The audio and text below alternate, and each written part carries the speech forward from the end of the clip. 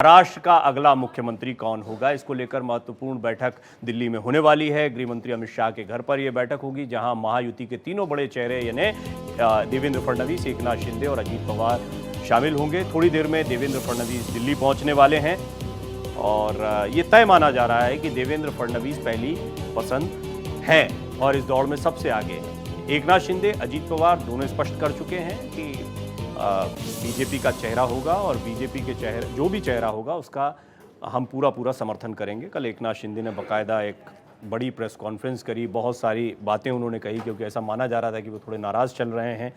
खैर, देवेंद्र फडणवीस थोड़ी देर में दिल्ली पहुंच रहे हैं और देवेंद्र फडणवीस, अजीत पवार, एकनाथ शिंदे की गृह मंत्री अमित शाह के साथ जो बैठक होगी उसके बाद ऐसा माना जा रहा है कि महाराष्ट्र के सीएम फेस पर मुहर लग जाएगी। इस पर सस्पेंस खत्म हो जाएगा।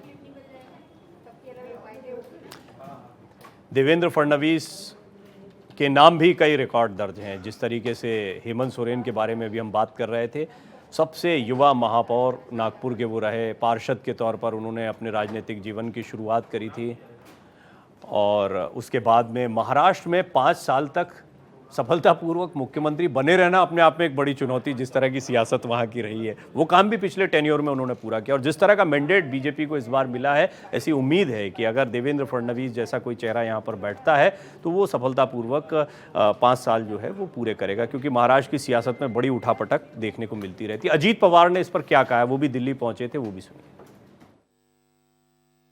आज पहली दफा रिजल्ट्स आने के बाद हम दिल्ली आए हैं। एक हमारी मीडिया के साथ भी हमें एक मीटिंग लंच करना था, वो भी हमने किया। हर साल प्रफुल्ल भाई पटेल साहब अपने घर में सबको न्योता देते हैं और एक डिनर लंच करते हैं, उसी का एक कार्यक्रम था। और रात को हम एकनाथ जी शिंदे हो, मैं हो या देवेंद्र फडणवीस हो या बाकी हमारे साथी सब मिलके हम मीटिंग में बैठने वाले हैं और 9 बजे के बाद शायद वो मीटिंग शुरू हो जाएगी और उसमें तय होगा कि क्या करना, क्या नहीं करना, आगे की लाइन ऑफ एक्शन क्या रहेगी, इसके बारे में सभी बातें हो जाएंगी। महाराष्ट्र से दिल्ली के लिए रवाना हुए हैं और महाराष्ट्र के अगले मुख्यमंत्री का चेहरा जो है वो आज तय हो जाएगा बैठक में। हमारे सहयोगी रमेश सिंह इस पर नज़र बनाए हुए हैं। रमेश, कितनी देर में पहुंचेंगे देवेंद्र फडणवीस, इस बैठक के बारे में और क्या जानकारियां हैं आपके पास? देखिए, 8:30 बजे से बैठक है और बैठक में तीनों जो बड़े नेता हैं, चाहे वो अजीत पवार हो, चाहे देवेंद्र फडणवीस हो, एकनाथ शिंदे हो, ये तीनों नेता रहेंगे। तीनों अपने अपने दलों की बातें रखेंगे। पर आप देखिए कि कल एकनाथ शिंदे की जो प्रेस कॉन्फ्रेंस हुई उसके बाद ये स्पष्ट हो गया कि भारतीय जनता पार्टी का चेहरा मुख्यमंत्री बनेगा। एकनाथ शिंदे ने स्पष्ट किया कि मैं पहले भी एक कार्यकर्ता की तरह, एक सेवक की तरह काम कर रहा था, मैंने कभी मुख्यमंत्री अपने आप को नहीं माना और मैं आगे भी इसी तरह कार्य करता रहूँगा जनता के लिए।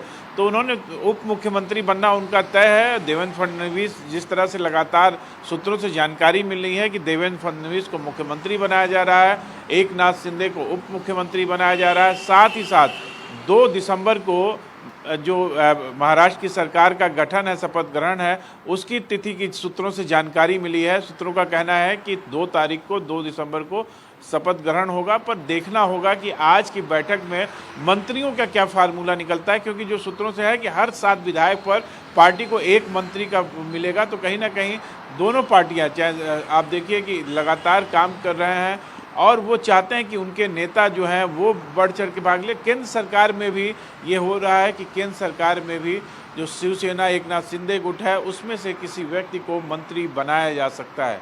पर इंतजार करना होगा हमें, क्योंकि आप देखिए कि सारे नेता पहुंचेंगे दिल्ली और उसके बाद गृह मंत्री अमित शाह जी हाँ, सबसे महत्वपूर्ण चर्चा यही रहेगी कि किस तरह से विभागों का बंटवारा हो, क्योंकि हमने देखा है महाराष्ट्र की सियासत में नगरीय विकास मंत्रालय हो, वित्त मंत्रालय हो, अजीत पवार वित्त मंत्रालय को लेकर जिस तरीके से बहुत ध्यान देते हैं या वो चाहते हैं उनके पास में रहे, इसी तरह से गृह मंत्रालय देवेंद्र फडणवीस अपने पास हमेशा रखना चाहते हैं। तो ये बहुत सारी चीज़ें हैं जिन पर मंथन हो सकता है। रमेश, आपसे अपडेट लेते रहेंगे। बहुत बहुत शुक्रिया आपका इस पूरी जानकारी के लिए।